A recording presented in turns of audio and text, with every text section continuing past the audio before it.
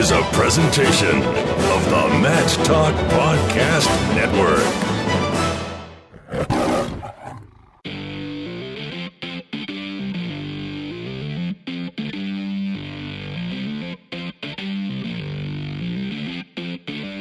It's time for the ODU Wrestling Monarch Matcast, a show dedicated to all things related to the Old Dominion Wrestling program. On the web at monarchmatcast.com.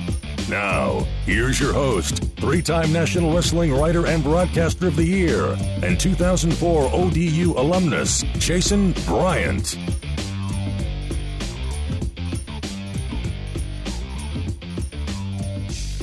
Episode 39 of the ODU Wrestling Monarch Matcast. Jason Bryant here with you. Today, talking with one of the seniors on the Monarch Wrestling program, Mikey Hayes. I don't know. Mr. Hayes, what do you prefer to be called? Because everybody I know calls you Mikey. It's Michael officially. What do you go by? Most of the guys on the team call me Mikey, so that's what I go by. Okay, so you're probably not even old enough to really understand the issue with Mikey likes it. No? Anything? Oh, no, I've heard it. I've heard it. No, I've definitely heard it. Let's give it to Mikey. Mikey likes it. It's old life cereal. It's way back in the day. Right. Those of us born in anywhere up until about 82, I think, will get it. But you kids these days have really no respect for commercials with your TiVo and your DVR. No, anyway. And I got to say this. Are you a pro wrestling fan at all? I'm not, but I also have heard that growing up. Okay. From the Freebirds. Yep. Just going with that because I can't think of your name without thinking Michael P.S. Hayes from the Fabulous Freebirds back when I was growing up in the 80s. So, okay, we got those two things out of the way. So, first things first, Mr. Hayes, one, welcome to the show, and two, we understand you like to eat, just like Kyle Hutter. Yeah, yeah, I do. The reason we bring this up is one of the first episodes when we had Kyle on, Mikey submitted a question about how much food or how heavy Kyle Hutter was going to weigh. And then now that his Coach Hutter's career is over, has he plumped up to what you thought he would be once his career was finished? He has. I can't remember my original guess, but he's definitely plumped up. I guess he calls it bulking season, but yeah, he's gained some weight. Let's see if I can even find that initial question because it was sent in a while. You know what? I think I might have finally – because that was like, we're on season 3 of the show. And, that was a long time ago that you were the first one to ever submit a question for this show. Now you finally get on the show like, 39 episodes later. That's hilarious. All right, we've done nothing but talk about nothing here in the early part of the show. Let's just get into what makes Mikey Hayes tick. You're a senior at 149 pounds, going up a couple of weight classes. You did see some time last year at 141, but last time you were consistently in the lineup was your sophomore year at 133 pounds. Talk about the jump to the weight class your senior year. What went into the move to 149? Well, there was a big cut to 33, so that made it difficult. There's a lot more variables to, worry about when I was going out on the mat. Bumping up to 49 was great. I just had to, lift, be in the weight room every day in the summer, and I knew I'd be big enough for it. So now when I wrestle, I can count on my body. I can rely on my body to not shut down on me in the third period, which is really nice. When we look at your career, you didn't win a state title in Virginia, even though, again, as we said before the call, back then the state tournaments were a little tougher. There wasn't the 7 versions we have now with the 6 public and 1 private. You're at Colonial Forge, nationally ranked high school. Coach Bill Swink had you guys wrestling a national level schedule. So before you even get to Old Dominion, your high school career, what made you decide to wrestle, and what made you fall in love with the sport? Well, I started when I was probably 11 years old, and I was really small at the time. My freshman year of high school, I probably weighed 90 pounds, so they kind of football wasn't an option, that's for sure. So I was kind of pushed into wrestling in that sense. And then I kind of just fell in love with it. The one-on-one thing, that's a big deal to me. I don't have to depend on anyone else. It's just me out there. So then I got to Colonial Forge, and that's kind of when I took things really seriously because they had group of coaches that really cared and pushed us, and that's when I started taking things seriously. Yeah, so the timeline of getting to Old Dominion, not winning a state championship, how much did that eat at you as you were thinking about trying to choose a college? Oh, I mean, that killed me. Not winning a state title. My senior year, I really expected to. So that was quite the curveball to have to deal with. Especially going into college, it's going to be, you're on a roster with a bunch of guys that most of them have at least 2 titles. So I kind of had to work my way up and prove that I deserved to be there.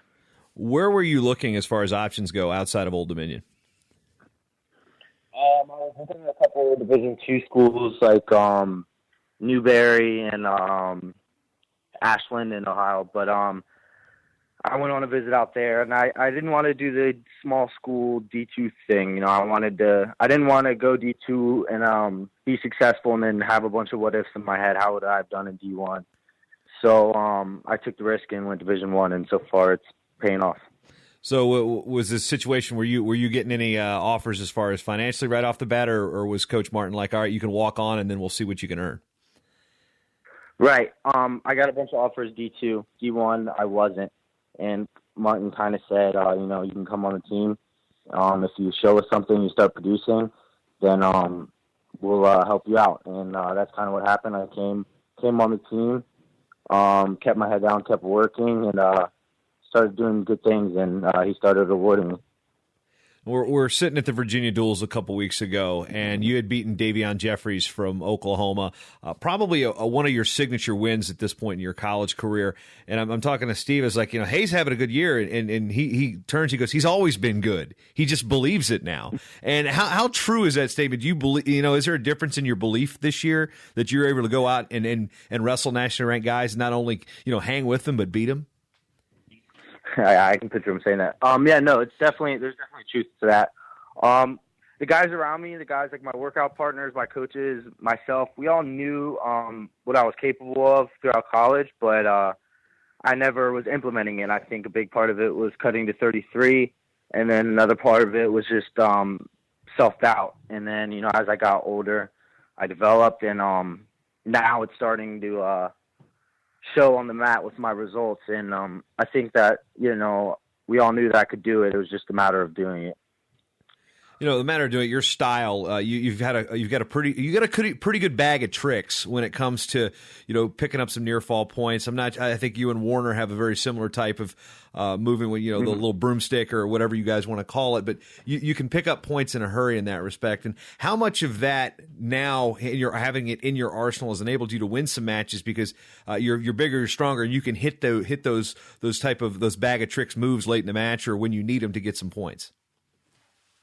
Yeah, no, it's definitely nice. Especially now with 4-point near falls, it can blow up a match really quickly. So having those moves is nice. I like to stick to solid wrestling, or that's what I try to do. But when you're tired or my defense starts breaking down, it's nice to have those secondary moves that can pick up a lot of bonus points. The last couple of years have not been the best in terms of dual meet scores for the Monarch Wrestling program. This year, not the best dual meet record. Still got some All-American contenders in there. You're in a position where you have an opportunity to qualify for the NCAA championships. And when you're looking at your opportunities to, you talked about Newberry and Ashland, both strong Division II programs. You've got the opportunity to go from walk-on to NCAA qualifier.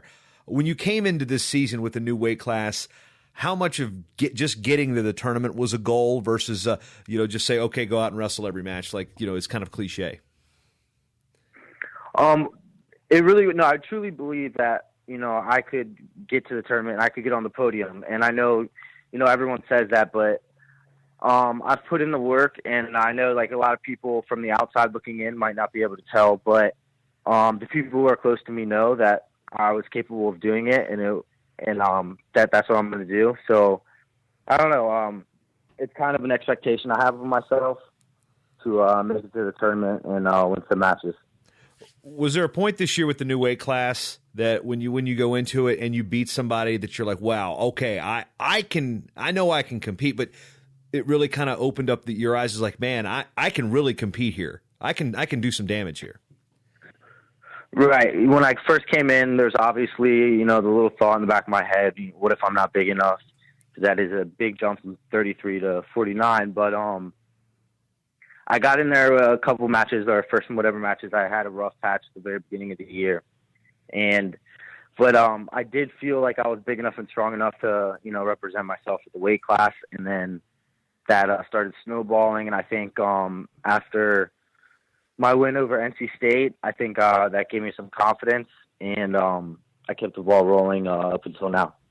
Yeah, that win was against Bo Donahue, a Virginia guy. Had a lot of state titles coming out of Virginia, and it's a guy you've probably mixed it up with in the past, and pretty efficient with the double leg, and you went on a pretty good run there. And looking at some of these results, the one I think the couple that stuck out to me, and there's been a couple, I guess walking brain farts in there. We'll talk about that, and as far as consistent performance goes. But beating Nick Barber of Eastern Michigan, beating Davion Jeffries of Oklahoma, and then majoring Colt Cotton of Buffalo. Those three really stand out to me like, okay, and for various different reasons. One, Barber's just a scrappy kid. Two, Jeffries had a lot of accolades coming out of high school and has beaten national ranked guys. And three, Cotton is the one who pretty much ended Lenny Richardson's career last year, your teammate. So all different reasons to have different performances. What do you remember about each of those performances?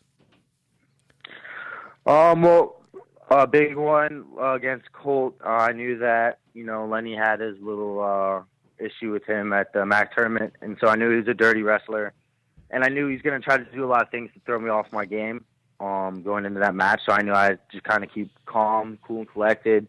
Don't lose my head when he starts, throwing little headbutts here and there, and that's kind of what I did. And I think that that bothered him, and he started breaking down a little bit.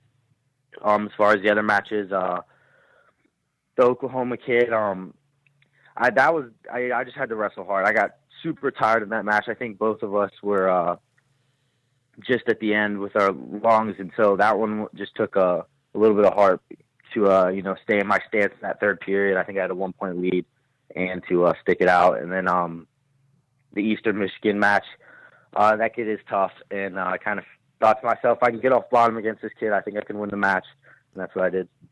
Looking through the MAC, it's a pretty strong conference, and having to come up to a new weight class, you got to wrestle Levon Mays right off the bat. You've already wrestled Steve Blyes, you've already wrestled Max Thompson, and you wrestled Justin Oliver, an All-American from Central Michigan, last time out. What have you learned from those losses that you believe that okay, I can go out there next time I get my hands on them, I can turn things around? It opened my eyes. The big thing about those matches is it's kind of a measuring stick for me. I go on the mat. These are all guys either on their top 10. And I wasn't sure. I think I was a little hesitant in a lot of those matches because I wasn't sure where I stood. And then after wrestling them, it kind of made me realize that they're all beatable. They're not superhumans. They're capable of losing a match. So I think that knowing, how they wrestle, I can adjust accordingly, and I can pull out wins against guys like that at the MAC tournament. What struggles do you have to correct to make sure you can string a couple matches in a row? Because that's what it's going to take at the end of the year. You come off the win over Jeffries, but then you lose to a lesser ranked guy from the Citadel. What is it going to take for you to make sure it's like, okay, I got the good win. I got to keep rolling with this. I got to keep my momentum going.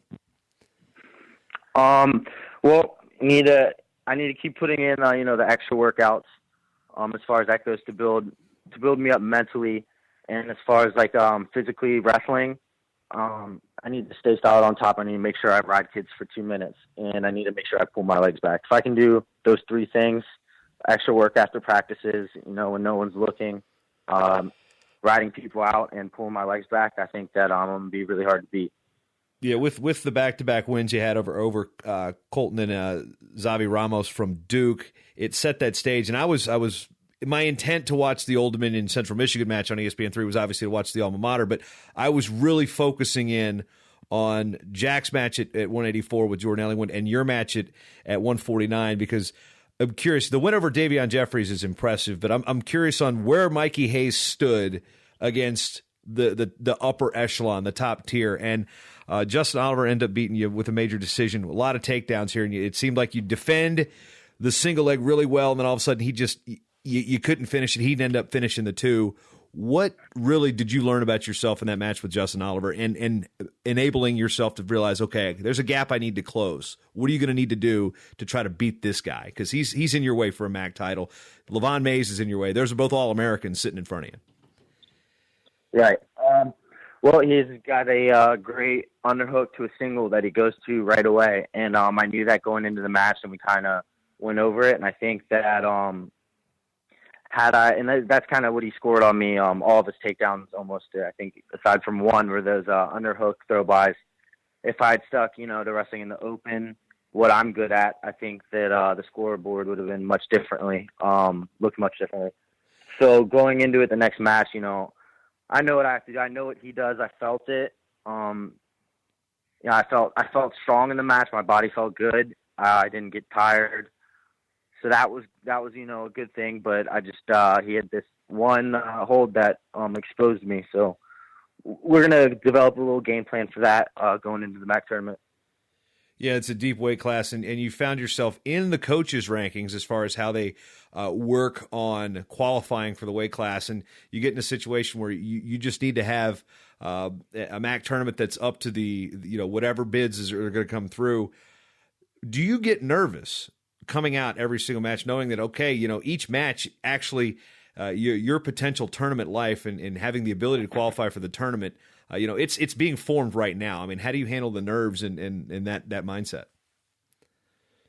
I'm always a little anxious before I go out on the mat, and I don't think that's necessarily the reason. But regardless or not, like however many bids my weight class gets at the MAC tournament, they're all good, and I'm gonna have to beat someone good in order to make it to the national tournament.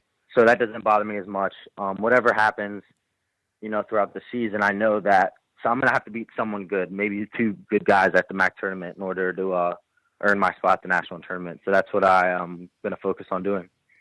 What's been your role on this team? And there's been some personnel issues with the lineup. There's been injuries. There's been now we got Larry Early transferred in. There's been a little bit of drama, so to speak. And where has your role been as a senior in trying to work?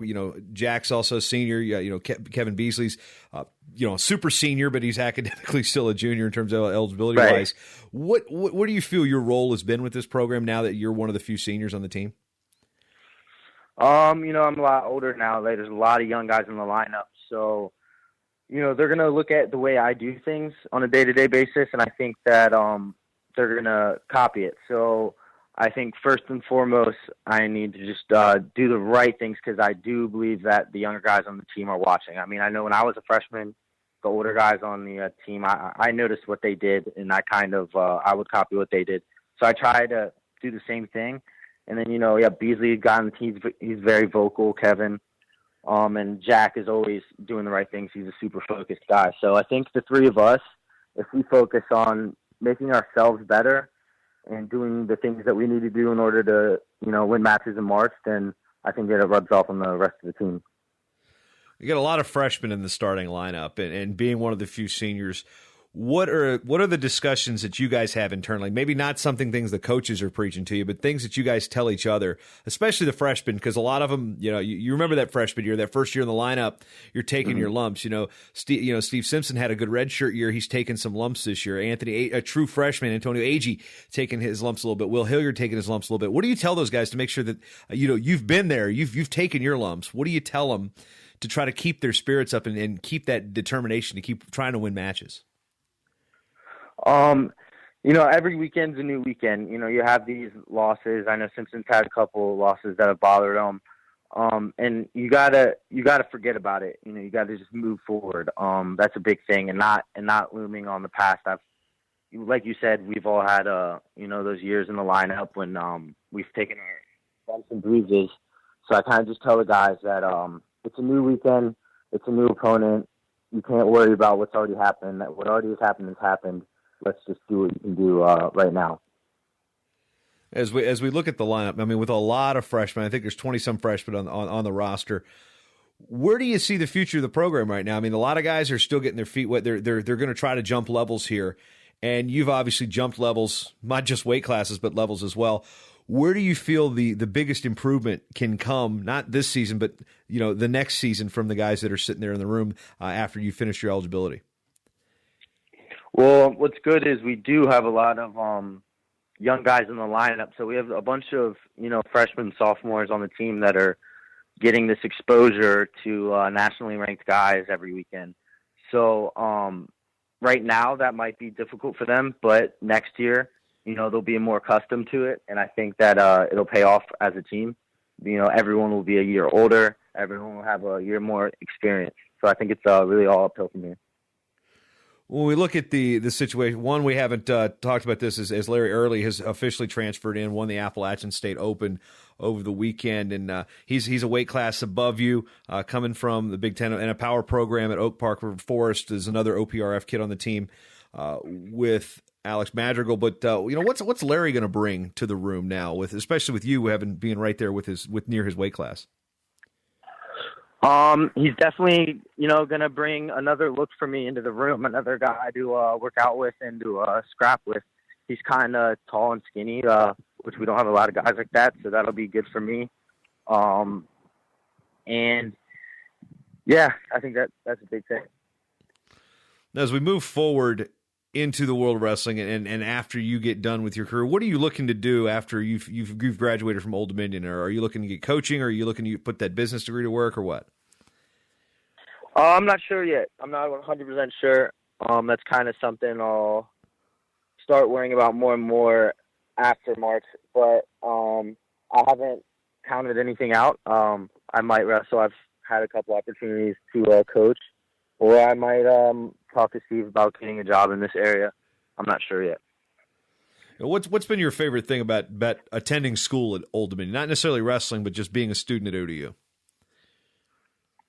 Oh man, there's so many things. I've developed so many great friends here. The people here are great. I love the area. It's right by the beach, and the campus has just grown and grown since I started here, and it's really turned out to look great. What's been your biggest change that you've made as a person, not necessarily as a wrestler, but as a person since you've enrolled in college? I would say being more self-efficient. My self-efficiency has gone up. When I was a freshman, I think I needed to be micromanaged in order to get things done, whether that's, school appointments or anything like that. And I think Old Dominion and the coaching staff have helped me, start being self-reliant. So I can do things on my own. When we look at the campus itself and the choices we make and things, I chose Old Dominion because it was close for me. You chose there as an opportunity to wrestle Division I.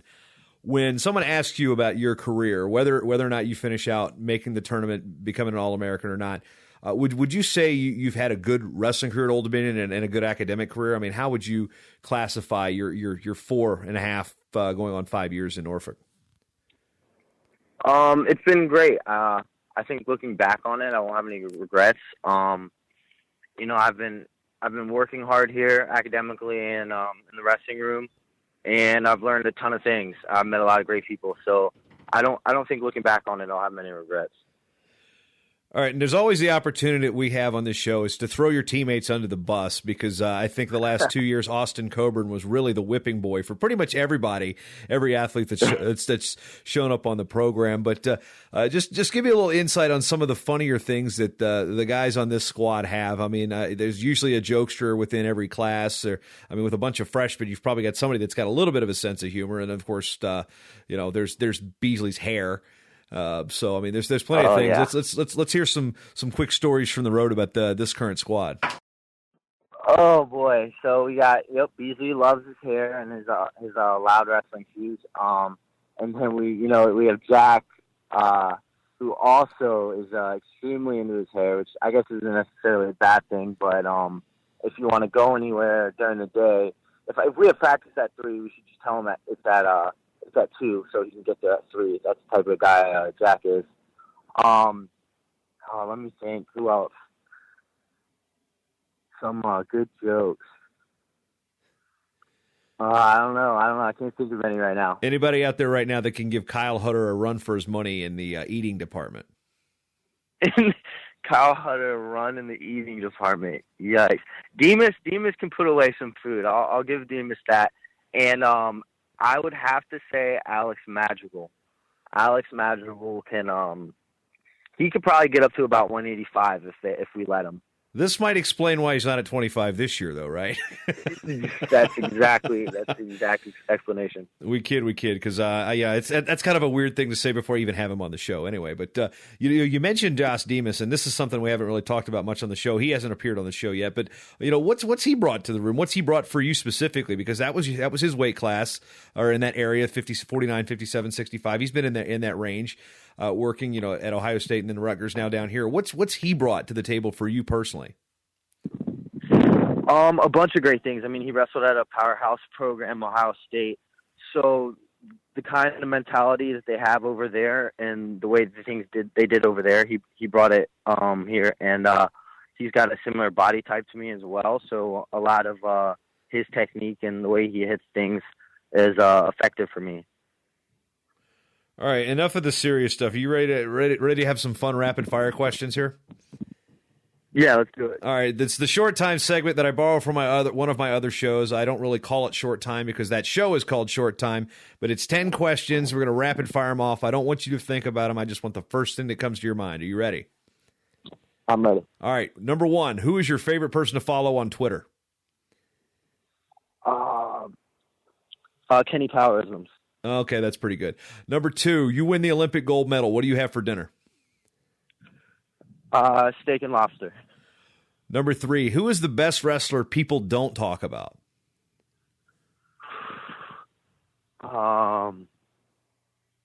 Steve Martin. I didn't expect to hear that one. All-time favorite flavor of Gatorade? Glacier Freeze. Favorite video game of all time? Call of Duty. Favorite international wrestler outside of yourself and Steve Martin? Ooh. What's the Cuban guy that beat KO twice?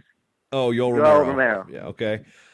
Number 7, what move would you rather have in your arsenal, the John Smith low single or the Jordan Burroughs reshot double? Ooh, John Smith low single was silky smooth. I'm going to have to go with that one.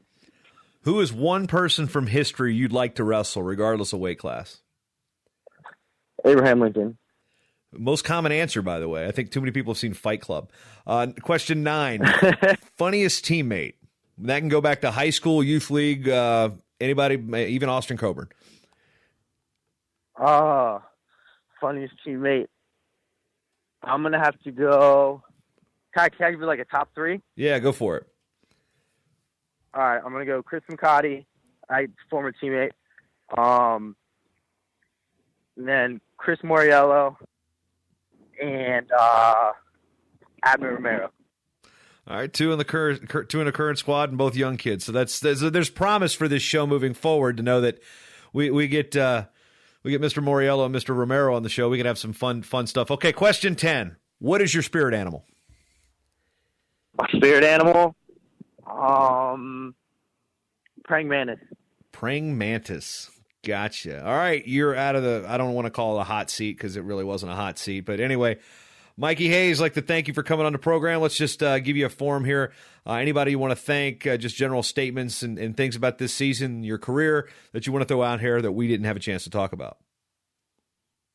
Yeah, thank the ODU coaching staff for everything they've done for me thus far, and my family, my mom for driving me around the wrestling tournaments everywhere since I was a little kid. All right, it's Michael. Not P.S. Hayes. Although I think it would be cool if you came out to the Fabulous Freebirds song, but that would make my life complete. But anyway, I'll think about it. Well, we make the national finals. We can actually make that happen. So just keep that in the back of your head. Okay. So, all right, Mikey Hayes here on the ODU Monarch Mattcast. Thanks for coming on, man. All right, thanks.